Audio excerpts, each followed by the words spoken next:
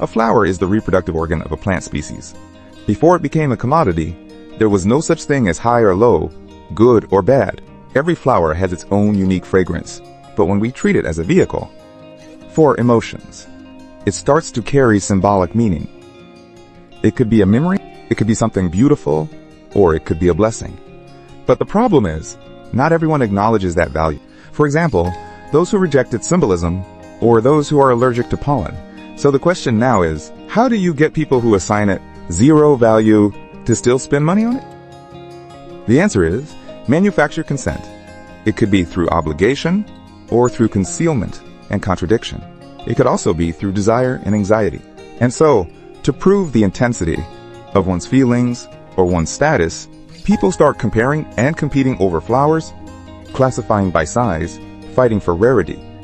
This is not to say that all approaches are like this, but only those who package flowers into anxiety, into desire and status, into something fake that hijacks the public.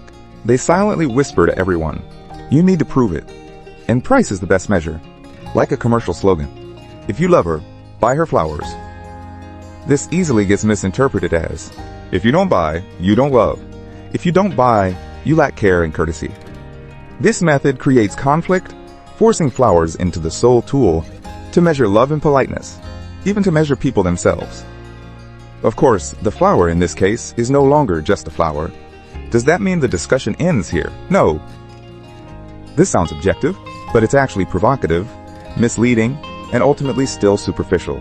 Because although some of today's consumer chaos contains elements of concealment, we can't simply equate it with the primitive accumulation from the earliest stage of capitalism. What we're seeing now is a form of commodity worship.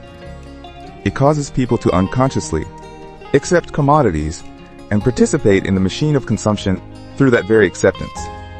But if we stop only at the relationship between people and commodities, if we only look at its outward appearances during circulation, it's very hard to understand its true essence. The reason commodities can become objects of worship is because from the moment they're produced, a specific capitalist structure is already infused into them, who invested how much constant capital and how much variable capital, how to rotate it, how to grow, how to reinvest. These factors determine how surplus value is distributed and whether profits appear. To arise naturally, ideology and value form interact with each other, driving the growth and circulation of capital together. Contradictions, deception, alienation, and exploitation are just byproducts of this. The value form hides the true origin of profit, while ideology tells workers in society that this is normal. Just like in the previous episode, we talked about how surplus value turns into profit and the distorted forms it takes on the surface. In this episode, we'll start from the organic composition of capital to understand how it creates differences in profit rates, and how the average rate of profit is formed, and how the consensus created by these differences ends up concealing social relationships. So let's start with a question. If labor is the sole source of value, then why do different capitals yield different rates of profit? And why, in reality, do commodity prices often not match their actual value? In the last episode, we learned that it's due to the differing ratios between constant capital C and variable capital V. Even when the rate of surplus value is the same, the profit rate will still differ. Industries with low organic composition, meaning high proportions of variable capital, generate more surplus value, and thus higher profit rates, while industries with high organic composition and high constant capital ratios generate less surplus value, and thus lower profit rates. But in reality today, we often find that the profit rate, profits across different industries, tend to equalize over time. So how do we explain this contradiction? The answer is, reality is constantly in motion. Capital will do everything it can to flow from low-profit industries to those with higher profit margins. This flow will increase the supply in high-profit industries. Everyone rushes in to compete, which then drives prices down. Meanwhile, supply in low-profit sectors keeps flowing out. Products become more scarce, increasingly rare, and naturally, their prices begin to rise. This process continues until the profit rates across industries start to converge and stabilize. To put it simply, capital always chases high-profit industries, which drives capital circulation and gradually evens out profit rates. In essence, this is a dynamic process in which total surplus value in society is redistributed across industries. Let's use an example to make this easier to understand.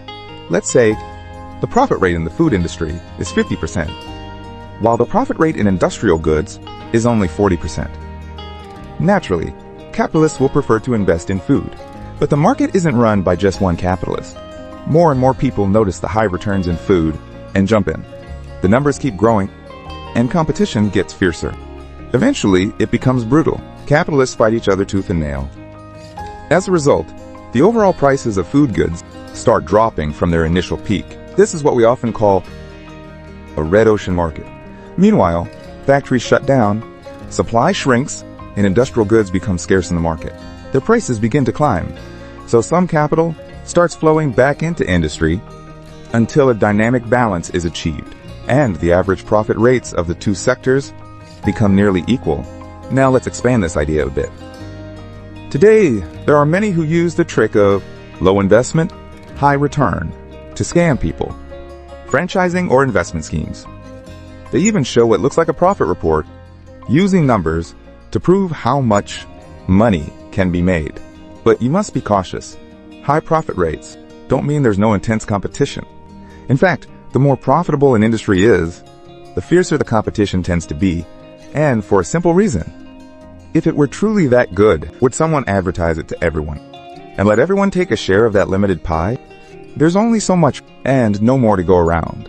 You always need to grasp one core idea, which is that commercial capital and industrial capital are completely different things. Commercial capital is an independent form from industrial capital. It earns profit through buying and selling goods, and that profit comes from a portion of the surplus value that industrial capital gives up.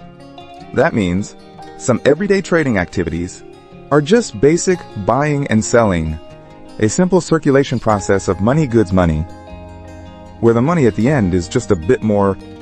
It doesn't even count as commercial capital because it lacks scale entirely and the support conditions that a proper capital requires. For more, see Volume 2. So once you understand all this, when facing a choice, you'll be able to recognize the consensus your counterpart is trying to create. If it doesn't qualify as capital, then what we often call a small business with limited funds is just low investment, high return thinking with so-called smart machines and low risks. But in reality, the investment isn't just one time. There are constant hidden costs, and profits get smaller due to growing competition. Those so-called smart machines have extremely high costs, and all the risks are borne entirely by the individual. Of course, this might sound a bit extreme, because not all cases are like that. I'm just listing an extreme case here to help everyone form a way of thinking that keeps you from making impulsive decisions. As for things that do count as capital, the main sources of profit tend to be more diverse. Excluding special areas like finance or monopolistic privileges, the more important factor is the organic composition. The level of profit depends largely on capability, and decisions about production, circulation, expanded reproduction, market development, and consumers. Alright, let's return to the main topic. From what we've just discussed, we've only answered one of the two questions from the start. There's still one more, which is, why is it that in reality, the price of goods often doesn't match its actual value? This relates to the issue of production prices. This is also one of the core ideas of Marx in this context. That is, in reality, industries don't permanently maintain their original profit margins. They gradually converge toward the average profit rate we just mentioned. And during this process, the price of goods no longer equals their intrinsic value. Instead, it transforms into the production price. In plain terms, in reality, commodity prices don't exactly reflect value. They fluctuate around the production price. Here, considering some of you may have skipped previous content, let's review briefly.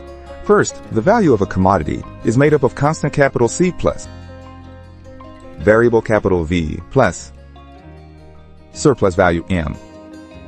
And surplus value is related to the rate of surplus value, M/V. According to the strict logic of the labor value theory, as we discussed in Volume 1, the value of a commodity is entirely determined by the socially necessary labor time expended during production. Time is money, but once we introduce production price on this foundation, as profit rates across sectors gradually converge toward the average, commodity prices will change accordingly. Thus, we get a new formula. Production price of a commodity equals cost of capital C and wages V plus profit, calculated at the average profit rate. You can think of it like a food analogy. Market value is like the actual weight of a bag of fruit, whether it's apples or bananas. The farming, harvesting, transporting, and so on. The socially necessary labor time determines its real weight. That is, its value. It's real and cannot be faked. Whereas market price is like a vendor shouting random prices at the market. Prices rise and fall. If only one seller has a certain fruit and everyone wants it, high demand will drive the price up. But once other vendors catch on and start selling the same fruit, eventually the whole market is full of that fruit and its price naturally levels out within that market. Every vendor listed similar prices, almost all around the same. At this point, some small sellers noticed, because everyone had the same fruit, a lot of their produce was about to spoil. So they were forced to sell at lower prices to recover costs. So they started lowering prices. But no matter how much vendors/prices, over time, prices still gravitate toward real value. Some may advertise boldly, changing with market hustle and bustle. That's price fluctuation. In the short term, prices swing wildly. But long term, they're pulled back by intrinsic value, so value is internally stable, while price is externally volatile. Now let's take it a step further and ask, when it comes to competition and maximizing profit, what must be done? The answer is, build consensus. For example, a few small vendors may coordinate and start hyping up the price of a particular fruit. They all tell customers, fruit is really expensive this year. Shipping costs have gone up. Buyers believe it, thinking the high price is the new norm, unaware that vendors are pocketing massive profits, surplus value. But in reality, just by checking a few other stalls, you'd realize shipping costs haven't changed at all. This is a relatively easy case to spot. But what if they build on this with desires and flashy packaging, adding some vague, mysterious concept on top, like claiming it cures all diseases, or is the top choice of the elite, a tree that produces only 10 fruits and its seeds. After eating, you wear them on your wrist and receive cosmic signals or some nonsense. Is it ridiculous? Extremely ridiculous. Is it laughable? Very much so. But maybe you've noticed some ads are even more exaggerated than what I just said, and yet people still fall for them. Is that all? Not yet. When the core goal is to maximize profit, besides the examples just given, what truly limits the price? The answer is the intrinsic weight of value. So to get maximum profit, they'll have to break past value limits, completely abandoning the bottom line, turning actual weight into short measured goods while slightly lowering the price, ensuring the overall gain is still higher than before. To buyers, that's an irresistible temptation, because people assume goods are sold based on their actual weight. Many people would think it's cheap and good. They believe the seller is very ethical. Some even feel like they scored a great deal. On that basis, when combined with vague, abstract concepts, the emotions of the market can be completely ignited. The price stays the same, but the act of undermeasuring is labeled as exploitation. Yet people often only care about prices. To them, it's about whether it's cheap or not. And so they ignore the question, is the actual weight still the real weight? When someone points this out or questions it, they are often attacked by the defenders of low prices, ostracized, treated like oddballs. People seem to have forgotten the real origin of it all. The shady vendor who profited by taking advantage from both ends, completing their own primitive accumulation process. This is a clear manifestation of alienation and commodification under capitalism, and it's a brutally honest truth. Therefore, under the capitalist private ownership system, with competition, value inevitably transforms into production price. Even when a commodity isn't sold at its actual value, the total surplus value of society is still created by workers. It's just redistributed among the capitalists. And based on this, industries with high organic composition, that is, tech-intensive sectors with a lot of advanced technology, sophistication, and relatively few workers, even if they produce less surplus value. See previous session for details. Due to their large capital input, can still earn average profit. Meanwhile, industries with low organic composition, though generating lots of surplus value, will have their profits suppressed to the average level. This explains why high-tech products, those with high organic composition, are often sold at relatively high prices, while labor-intensive products with low organic composition are relatively cheap. That's the usual scenario. But in reality, exceptions always exist. This is what we call super profits. To put it simply, even though general profit rates tend to level out over time, there are still cases where profit exceeds the average. And these super profits are usually earned on top of the average. The average rate of profit stems from advantages in production conditions. For example, a factory using advanced machinery can boost labor productivity and reduce product costs, yet it can still sell products at market price, thus earning super profits. But these kinds of super profits are only temporary, because technology tends to spread over time. Once a certain advanced technology becomes widely adopted, its profits return to the industry average, and profits naturally shrink. From this, we can see that competition not only equalizes profits, but also drives technological progress and capital concentration. It's a double-edged sword. However, some special factors are immune to this temporary nature, like earning super profits from owning unique and non-replicable resources, such as particularly fertile land, or rare mineral mines like gallium, germanium, antimony, or strategic reserves like rare earths, or exceptional commercial geography, or monopoly privileges, etc., and so on. These kinds of super profits are often transformed into rent or monopoly profits. At the same time, a country needs sufficient hard power, military, and political to sustain long-term dominance of its economy. On that basis, soft power can be built to attract investment, technology, talent, etc., from all around the world to continuously strengthen its overall power. But if any link in that chain is missing, then it ends up like the U.S. mining deal with Ukraine, which became a target of imperialist aggression. These issues we will explain to you in detail in future episodes when we discuss globalization.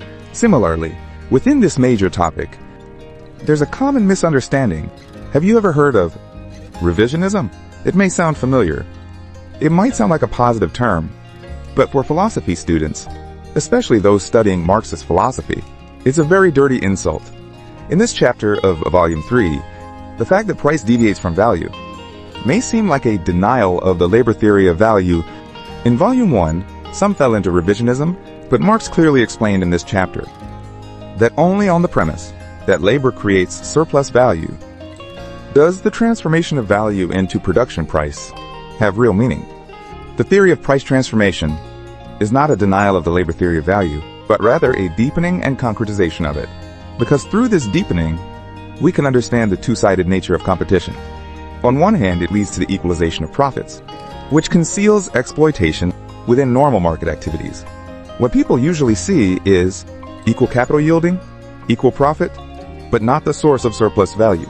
This conceals the exploitative relationship under the illusion of price equality and free competition, leading the public to believe that it's all perfectly normal. But on the other hand, it also drives productivity gains as super profits continuously push for technological progress. This also reflects the fundamental contradiction of capitalism, namely that the pursuit of profit by individual capitalists is used as a driving force. Yet again and again, it creates an unequal structure for the whole society. In this scenario, production prices are constantly fluctuating, and because variable capital, that is, workers' wages, is part of the cost price, it will inevitably be affected too. Let's now look at how wage increases affect production prices. In this case, higher wages mean less surplus value. If total capital stays the same, then the rate of profit and the total surplus value will decrease. For example, if a worker produces 100 units of value per day with an initial wage of 40, the surplus value is 60. But when wages rise to 50, the surplus value drops to 50. Of course, this explanation is still quite rough and basic. because we only get a general idea, but can't yet observe how severely it affects each industry. That's why we need to consider the organic composition of capital. At this point, we can see that when wages rise, industries with low organic composition, that is, those with high variable capital ratios, like services or textiles, will be hit the hardest because they rely on a large labor force. Here, we call these labor-intensive industries. Simply put, they use lots of people and few machines, mainly, depending on manual labor. Meanwhile, industries with high organic composition, like automated production lines, are less affected. These are referred to as capital-intensive industries. Eventually, under conditions of free capital flow, production prices will rebalance, and once again, industries will reach an average rate of profit. Likewise, in the market, when workers' wages increase, the prices of goods in capital-intensive industries will relatively go down, while the prices of goods in labor-intensive industries will relatively go up.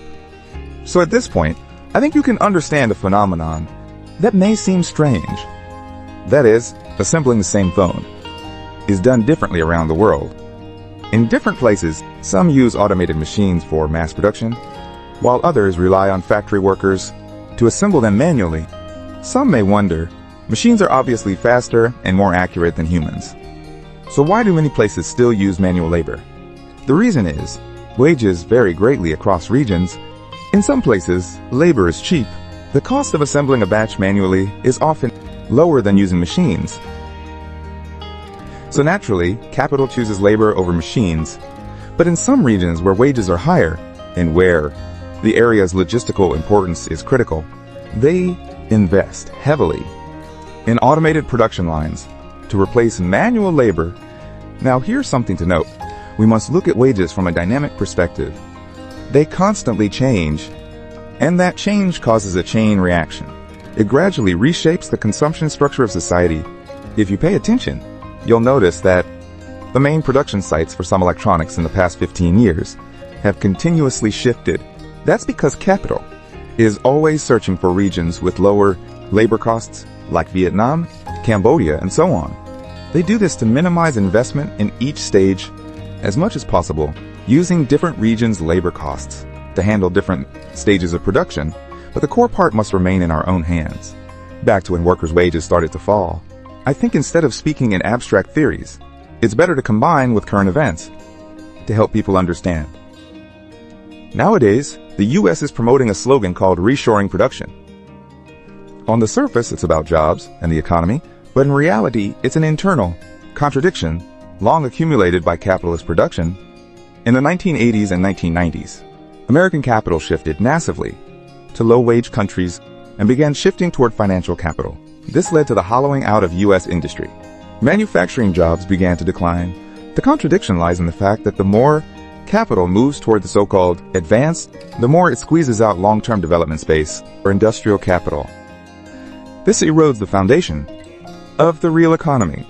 Eventually, it created Rust Belt regions, and workers in those Rust Belt regions began to form a reserve army of the unemployed, forced to accept low-wage jobs. The middle class started to shrink. Do you still remember that the U.S. used to proudly declare, on the international stage, that it must transform into a service economy? That financialization was the inevitable trend of modernization? These slogans only emphasized one side, while on the other hand, they exploited the so-called financial gains of globalization to cover up the destructive impact of capital chasing short-term profit. As for workers, they were told that an automated machine can replace 10 workers and still produce better quality products. So the market no longer needs so many expensive workers. This is framed as an inevitable outcome of tech progress. They use this to convince workers that unemployment and low wages are just the natural result of survival of the fittest. The weak are eliminated in the global market. This forces workers to accept the logic that other countries are threatening us, and the losers in competition deserve unemployment. They cleverly shifted the blame for exploitation and ruthless plundering onto developing countries around the world, even onto the workers themselves. They used ideological tools, Cold War narratives, to externalize their internal conflicts. It turns into because Other countries developed too quickly. That's what caused today's unemployment and made people unable to distinguish clearly, resulting in hatred toward the world.